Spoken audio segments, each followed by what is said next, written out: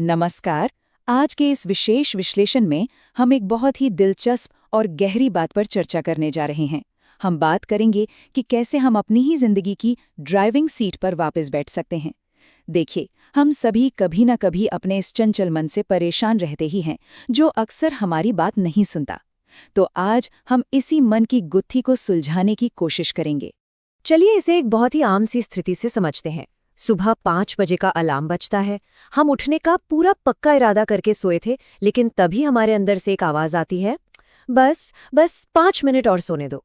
और फिर वो 5 मिनट कब 2 घंटे बन जाते हैं पता ही नहीं चलता। अलार्म बजता रहता है और हम वापस सो जाते हैं। और फिर दिन के समय क्या होता है? हम पूरे जोश के साथ तय करते हैं कि बस अब पूरा फोकस सिर्फ और सिर्फ काम पर होगा। लेकिन कुछ ही पलों बाद अचानक से हम खुद को सोशल मीडिया और रील्स के उस नेवर एंडिंग लूप में फंसा हुआ पाते हैं। उंगलियां बस स्क्रीन पर स्क्रॉल किए जा रही हैं और हमें समय का कोई एहसास ही नहीं रहता। अब ये सब देखकर एक बहुत ही बड़ा सवाल खड़ा होता है, क्या हम वाकई अपने सपनों के मास्टर हैं या फिर अपनी ही आदतों के गुलाम बन चुके हैं? सोचकर देखिए, हमारा अपना दिमाग, जिसे हमारा बेस्ट फ्रेंड और सहयोगी होना चाहिए था, कहीं वही तो हमारा सबसे बड़ा दुश्मन नहीं बन गया है? और यहाँ सबसे चौंकाने वाली बात सामने आती है।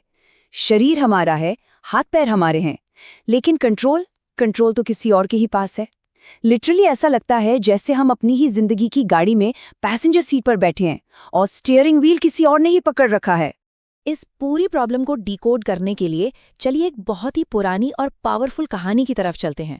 एक बहुत ही शक्तिशाली राजा था जिसके पास एक शानदार लेकिन बेहद खतरनाक और जंगली घोड़ा था। वो घोड़ा इतना बेकाबू था कि कोई भी उसके पास फटकने की हिम्मत भी नहीं कर पाता था। सवारी करना तो बहुत दूर की बात है। तो राजा ने ऐलान किया कि जो भी इसे काबू करेगा उसे बड़ा इनाम मिलेगा। एक से बढ़कर एक घुड़सवार आए और उन्होंने अपनी पूरी ताकत लगा दी। उन्होंने चाबुक का इस्तेमाल किया, उसे डराने की कोशिश की, यहाँ तक कि उसे भारी जंजीरों से बांधने तक की कोशिश की गई। लेकिन क्या इससे कोई फायदा हुआ? बिल्कुल नहीं। नतीजे तो एकदम उल्टे ही निकले। इन सब कठोर तरीकों से वो जानवर शांत होने के बजाय और भी ज्यादा अग्रेसिव हो गया। उन चाबुकों और जंजीरों ने उसे पहले से कहीं ज्यादा हिंसक, डरा हुआ और आउट ऑफ कंट्रोल बना दिया था। अब यहाँ से कहानी में एक बहुत बड़ा ट्विस्ट आता है। एक नौजवान राजकुमार आगे आता है और उसने क्या किया?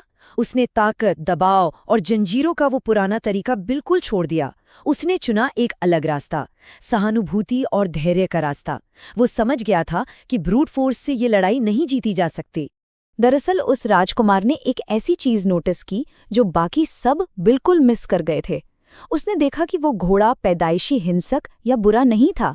वो सिर्फ इसलिए इतना भड़का हुआ था और सबको लात मार रहा था क्योंकि वो अपनी ही परछाई को देखकर बुरी तरह डरा हुआ था। जी हाँ, अपनी ही परछाई से। तो बजाय उस पर चिल्लाने या लड़ने के, राजकुमार ने बहुत पेशेंस रखा। उसने धीरे धीरे कई दिनों तक उस घोड़े का मुंह सूरज की रोशनी की तरफ मोड़ कर रखा ताकि वो डरावनी परछाई उसके पीछे चली जाए। उसने उसे अपने हाथों से खाना खिलाया, नहलाया और बहुत ही प्यार से बात की ताकि उनके बीच एक पक्का ट्रस्ट बन सके। और यकीन मानिए, इस तरीके ने कमाल कर दिया। उस धैर्य और सही डायरेक्शन से घोड़े का सारा डर गायब हो गया। जो जानवर कल तक जानलेवा बना हुआ था वो अब एकदम शांत था और राजकुमार के एक हल्के से इशारे पर खुशी खुशी चलने लगा था। अब यहाँ एक बात दिमाग में आती है कि इस कहानी का हमसे क्या लेना देना। दरअसल ये पूरी कहानी हमारे मन और मनोविज्ञान का एक बहुत ही परफेक्ट रूपक है। हमारा मन ही वो जंगली घोड़ा है जो अक्सर अपने ही डर और नेगेटिव ख्यालों की परछाई से डरकर भागता है, और वो सूरज, वो हमारे लक्ष्य और पॉजिटिविटी का प्रतीक है।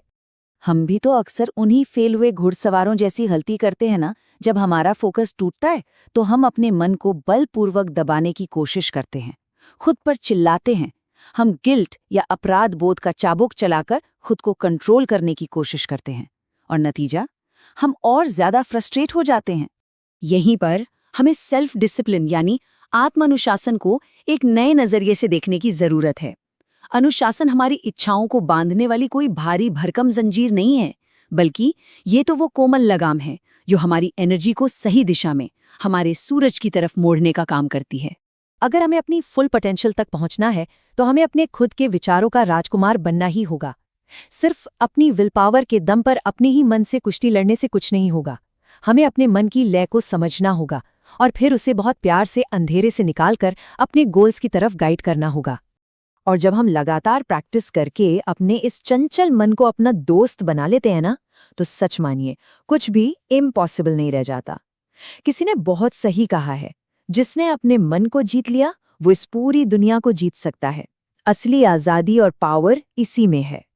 तो इस विश्लेषण को खत्म करने से पहले चलिए 1 मिनट के लिए सोचते हैं, आज हम अपने मन की कौन सी ऐसी जंगली आदत को चुनने वाले हैं जिसे हम जबरदस्ती नहीं बल्कि पूरे धैर्य और प्यार के साथ सूरज की तरफ मोड़ेंगे। सोचिएगा जरूर, क्योंकि असली कंट्रोल यहीं से शुरू होता है। इस चर्चा में हमारे साथ जुड़ने के लिए बहुत बहुत शुक्रिया। वीडियो बढ़िया लगी हो थोड़ी सी भी तो चैनल को सब्सक्राइब कीजिए और बेल आइकन को प्रेस कीजिए। Thank you.